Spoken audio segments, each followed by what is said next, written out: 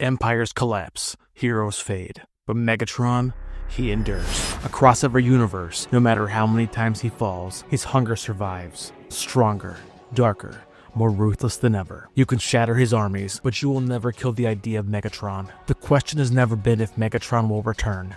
It's when. Today we'll dive into the story of a monster who refuses to die. This is the dark side of Transformers, Megatron, the eternal tyrant.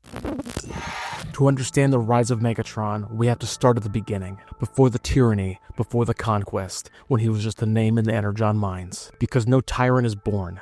They are forged in the shadows of a forgotten world. In some timelines, like Marvel UK, he fought in the brutal gladiatorial arenas of Cybertron. What began as bloodsport for the amusement of the elite became a platform for rebellion. In IDW's miniseries Megatron Origin, his roots run even deeper. He begins life as a miner, assigned to labor under Cybertron's rigid caste system. Functionism, oppression, exploitation. But in the darkness of the mines, he found a fire. But as his legend grew, so did the whispers. Why stop in the arena? Why not reshape the world? He radicalized his followers, building the Decepticons not as conquerors, but as avengers of the broken. In the War for Cybertron games, that transformation accelerates. Megatron uncovers Dark Energon, and wields not to liberate Cybertron, but to bend it to his will. Because for Megatron, rebellion wasn't just about freedom, it was about power. And once he tasted it, he never looked back. In other worlds, his story begins as a brotherhood. Transformers 1 reimagines him as a close ally of Orion Pax. Before the war, before the fall, two visionaries, united by a dream to save Cybertron. But dreams can fracture. And when words failed, he chose war. Megatron driven by dominance, Optimus standing for freedom. They were not born enemies, they became them. But not every Megatron rises from oppression. In the G1 cartoon in original Marvel Comics, he emerges fully formed, a warlord built for conquest, his supremacy programmed from the start. The Bayverse Megatron is no different,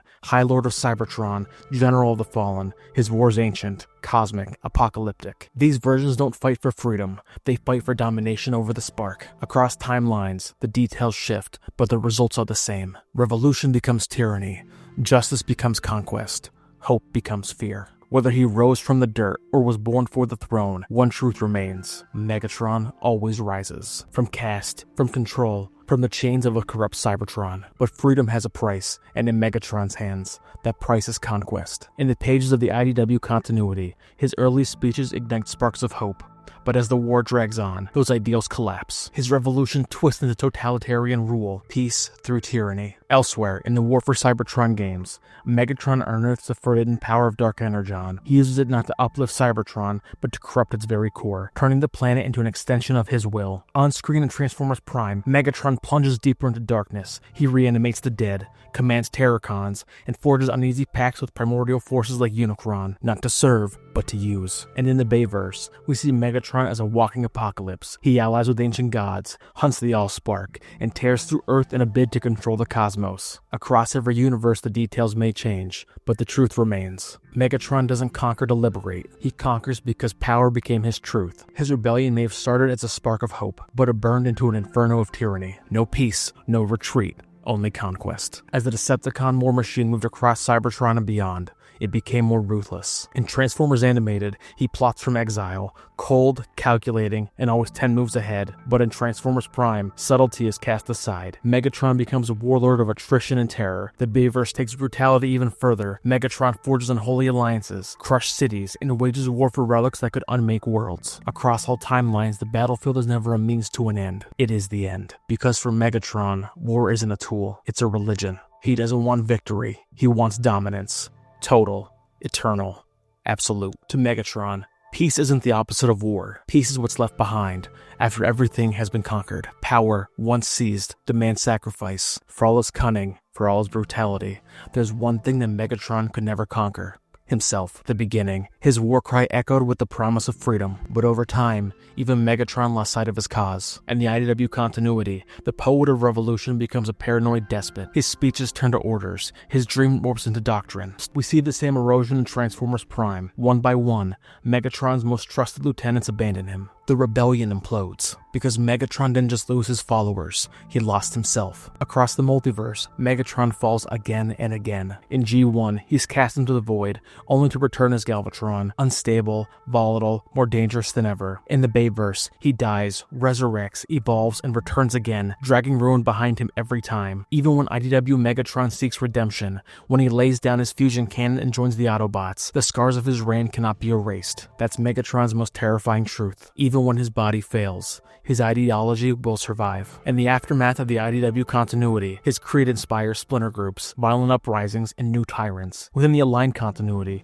from War for Cybertron to Prime, the fear of Megatron's return shapes Cybertron's future. Even his absence is a presence, a name that haunts the galaxy like a prophecy. Megatron's fall is never final, because Megatron was never just a conqueror. He was a doctrine, a blueprint, a curse carved into history. And as long as there are sparks hungry for power, the shadow of Megatron will always rise again. You can silence a voice, you can destroy a body, but you cannot kill an idea. Even after Megatron fails, his shadow will remain. His ideology festers in the minds of those that see tyranny not as a chain, but as a tool, a weapon for the ambitious, a warning to the world. In Cyberverse, we meet Megatron X, a twisted, multiversal variant who doesn't just rule one Cybertron, he seeks to rule them all. He's not corrupted by power, he is power. In Earthspark, even a repentant Megatron can't escape his reputation. He seeks peace, but his name alone sows fear. His past defines him, no matter how far he runs. Transformers 1 reintroduces Megatron to a new generation, a new timeline, but the same outcome. Megatron becomes the shadow behind the throne. And in the Skybound comics, that shadow gathers once more. A fragile piece cracks beneath the weight of his legacy, waiting for the next spark to reignite the war. Tyrants may die, but their shadows will always linger. And as long as Cybertron spins through the stars, Megatron's legacy will whisper in the ruins, offering power to anyone bold or foolish enough to take it. If war is Megatron's legacy, then his battles are his poetry. No rivalry defines Megatron more than his war with Optimus Prime. Across various continuities, their battles are cataclysmic. Optimus fights for hope, Megatron fights to crush it. In some worlds, their conflicts become raw and personal.